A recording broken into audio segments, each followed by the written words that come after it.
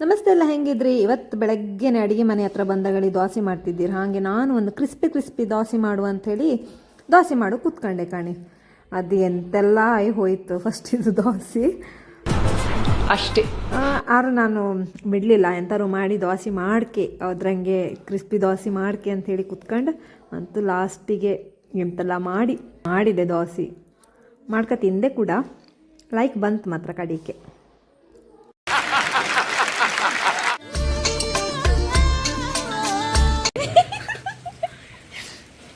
ನೋಡಿ ನೋಡಿ ಆ್ಯಪಲ್ ಇದು ಗಿಡನ ನೆಡ್ಲಿಕ್ಕೆ ಹೋಗ್ತಿದ್ದಾರೆ.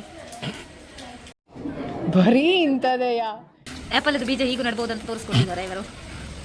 ಅವ್ರದ್ದು ಮುಖ ತೋರಿಸ್ಬಾರ್ದು ಅಂತ ಅದಕ್ಕೆ ತೋರಿಸ್ತಿಲ್ಲ ಆಯ್ತಾ. ಯಾರು ಅನ್ಯತಾ ಭಾವಿಸಬೇಡಿ. ಆ ಕಲಾಕಾರ ಯಾರು ಅಂತ ಹೇಳಿ ನಿಮಗೆ ಕನ್ಫ್ಯೂಷನ್ ಆದರೆ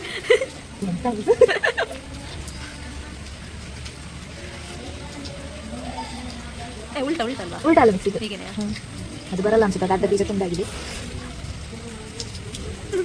ಬನ್ನಿ ಎಲ್ಲ ಬೇಗ. ಈಗ ಸೇಬು ಹಣ್ಣು ಆಗ್ತದೆ ಇದರಲ್ಲಿ ಸ್ವಲ್ಪ ದಿನದಲ್ಲಿ.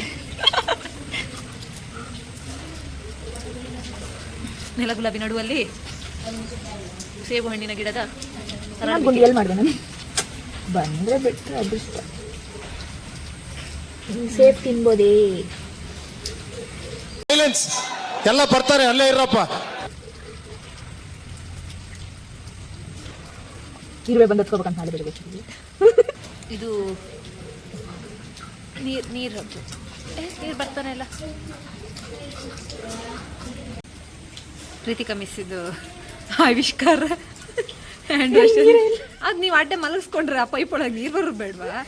ಸ್ಟ್ರೈಟ್ ಇಟ್ಕೊಳ್ಳಿ.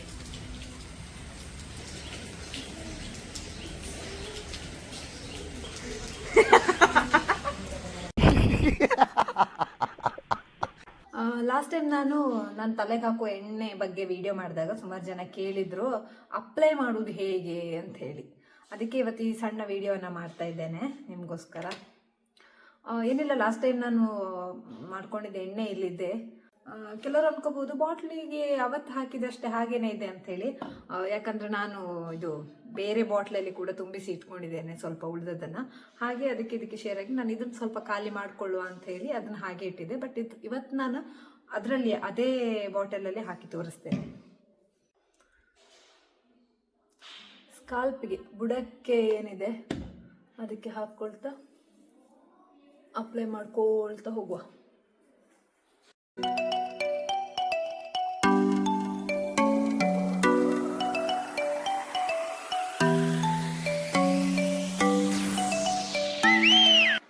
ಇದೇ ರೀತಿ ಪೂರ್ತಿ ಸ್ಕ್ಯಾಲ್ಪಿಗೆ ಅಪ್ಲೈ ಮಾಡ್ಕೊಳ್ತಾ ಹೋಗಬೇಕು.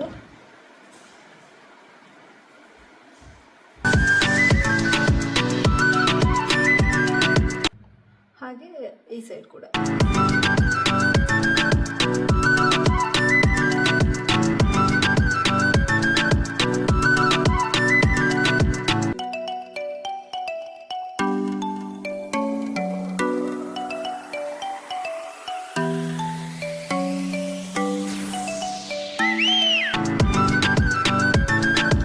ಹೀಗೆ ಸ್ವಲ್ಪನೇ ಎಣ್ಣೆ ಹಾಕ್ಕೊಳ್ತಾ ಹಾಗೆ ಚಂದ ಮಾಡಿ ಮಸಾಜ್ ಮಾಡ್ಕೊಳ್ತಾ ಬನ್ನಿ.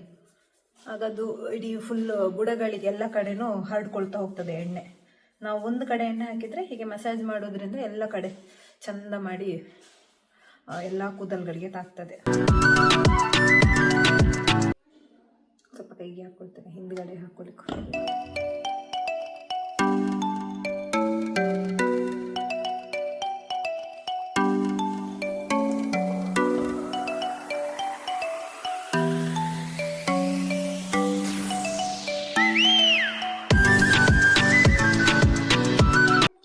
ಸ್ವಲ್ಪನೇ ಕೂದಲು ತಗೊಳ್ಳಿ. ಸ್ವಲ್ಪ ಕೈಗೆ ಎಣ್ಣೆ ಹಾಕ್ಕೊಂಡು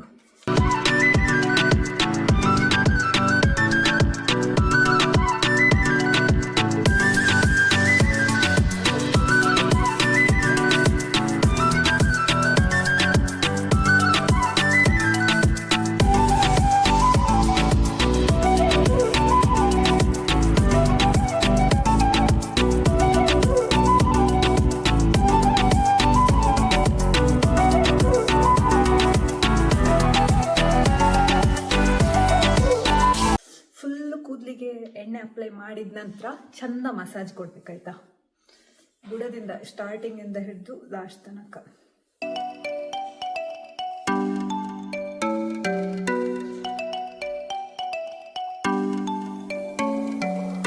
ಸ್ವಲ್ಪ ಪ್ರೆಸ್ ಮಾಡಿ ಹಾಗೇನೆ.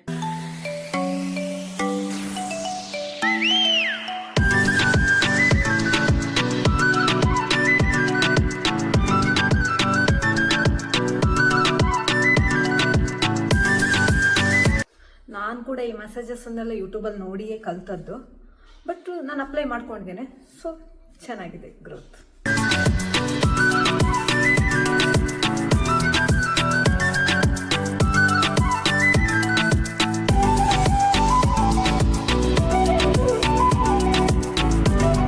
ರಜೆಯೆಲ್ಲ ಇದ್ದಾಗ ಮಾರ್ನಿಂಗ್ಗೆ ಎಣ್ಣೆ ಹಾಕಿ ಸಂಜೆ ತನಕ ಬಿಟ್ಟು, ಅಂದ್ರೆ ರಾತ್ರಿ ಸ್ನಾನ ಮಾಡಿ.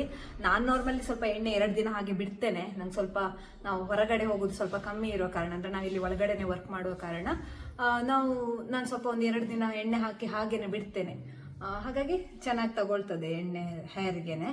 ಹಾಗಾಗಿ ನೋಡಿ, ನಿಮಗೆ ಹೇಗೆ ಟೈಮ್ ಆಗ್ತದೆ ಆ ರೀತಿಯಲ್ಲಿ ಎಣ್ಣೆ ಹಾಕ್ಕೊಳ್ಳಿ.